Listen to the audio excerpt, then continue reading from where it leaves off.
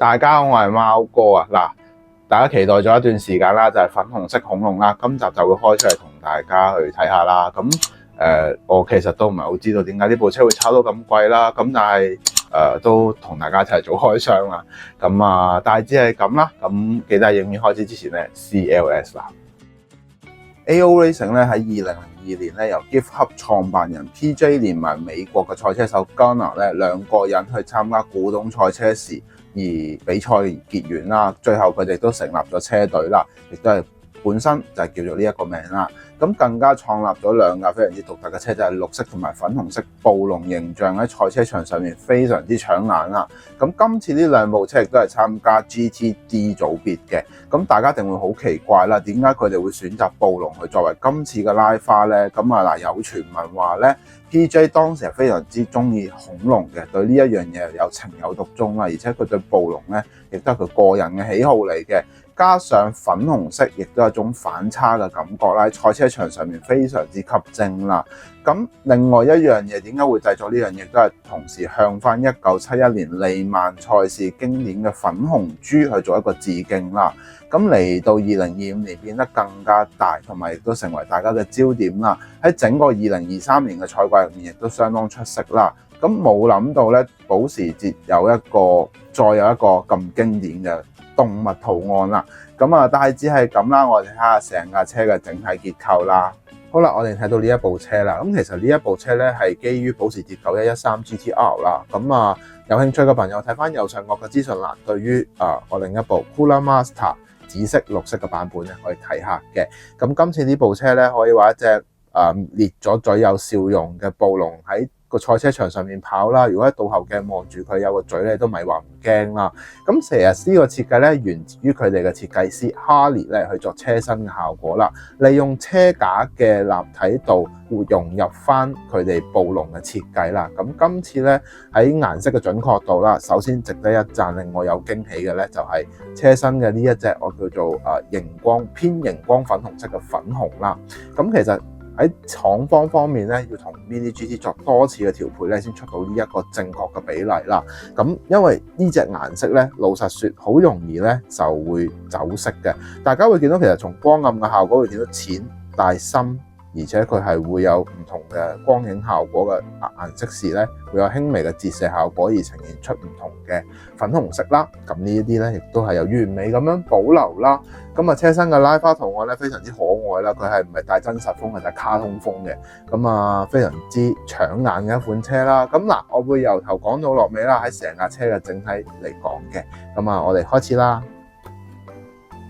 好啦，我哋簡單嘅車頭部分嘅外觀方面講下啦。咁其實咧最特別咧，當然就係呢一個進氣系統嘅部分啦，俾佢畫咗成為一個暴龍嘅嘴啦，非常之特別啦。鋸齒嘅牙嘅部分咧，同佢基本上好似令佢感覺視覺效果係變成一個裂咗嘴嘅效果啦。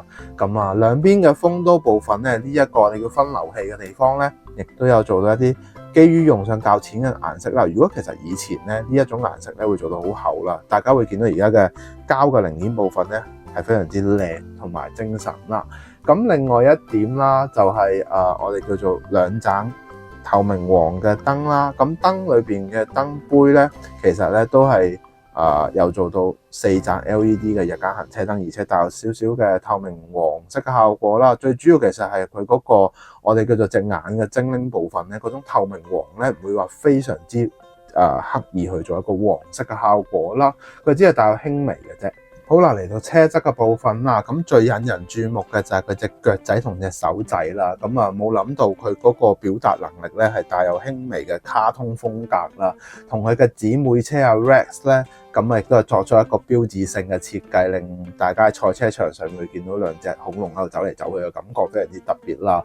咁歸咎於 Harley 咧係整體嘅設計，佢好識得運用整體嘅車身線條啦。首先我哋會睇到後沙把嘅部分啦，會見到佢隻腳啦。咁啊，因為佢突出嚟嘅效果咧就好似暴龍，因為暴龍佢後面嘅大腿位係非常之粗大啦。咁呢個地方咧亦都做到啦。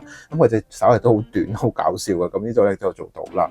咁最重要嘅部分咧，我自己比較欣賞嘅就係佢喺點樣去令到車身嘅線條融入喺佢嘅設計入面咧？就係你會見到咧，以為呢啲一條一條呢啲係咩嚟㗎？咁其實咧就係好似恐龍咧，佢哋嗰個我哋由頸接去個身體嘅時候有啲皺紋嘅效果啦。咁呢啲咧亦都有做到，同埋會見到佢條尾巴咧係由車尾一路伸延至去車頂，就真係好似咧感覺係一架跑緊嘅恐龍一樣啦，非常之得意嘅效果。嗱，嚟到車尾嘅結構部分啦，首先值得一提嘅，我哋會睇到咧尾翼嘅結構啦。咁大家會問，其實有乜好講啊？尾又係一樣同以前，因為其實基於呢一隻顏色咧，大家會見到熒呢一種我哋叫做淺熒光粉紅嘅效果咧，係好難去做嘅，因為塑膠零件同車身咧。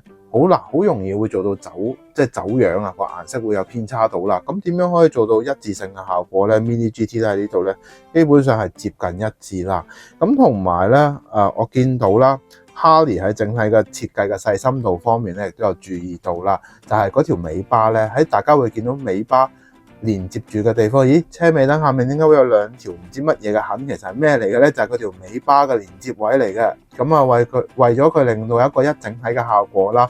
雖然大家會覺得，佢個車尾係好難去設計，但係咧，依然有設計到嘅。咁啊，非常之正啦。嗱，咁內部嘅結構咧，可以睇翻我另一條片啦。咁我就唔開俾大家睇啦。咁啊嗱，又係嗰句啦。今集咧係唔會有可購買指數嘅，因為咧呢架車非常之誇張啦個價，為中意而中意去買呢一部車啦。咁啊，如果有兩部車爬埋一齊，又非常之唔錯。咁再上演埋另一款車啦，俾大家睇啦，就係雪佛蘭嘅車啦。咁佢當時就咁樣撞埋去啦，咁啊非常之正嘅。我下一集咧都會講啦。咁好啦，我哋就做總結啦。好啦，咁大家睇下成部車啦。嗱，咁其實因為粉紅色恐龍啦，綠色嘅恐龍嘅價錢都升咗好多啦。我早排去咗現時點睇啦。嗱，都係嗰句啦，真係理性去買嘢，真係中意先好去買，唔好話我見到個價錢，因為其實都真係幾高啊。如果你再追落去，其實都真係幾貴啦。咁啊，理性消費啦。咁啊，嚟緊開啲咩車？當然就係同恐龍大戰嘅另一部雪佛蘭 GT 啦。咁啊 Z06啦。咁點解會開到時大家會知噶啦。咁啊嗱，嚟緊會開啲咩車，大致係咁啦。咁啊 Facebook 同埋 Instagram 咧都會發布唔同嘅嘢啦。最後如果你真係覺得我好嘅話，希望你可以俾個 Super Chat 俾我，當係支持一下我啦。咁啊記得訂閱我頻道啦。咁我哋就下集見啦，拜拜。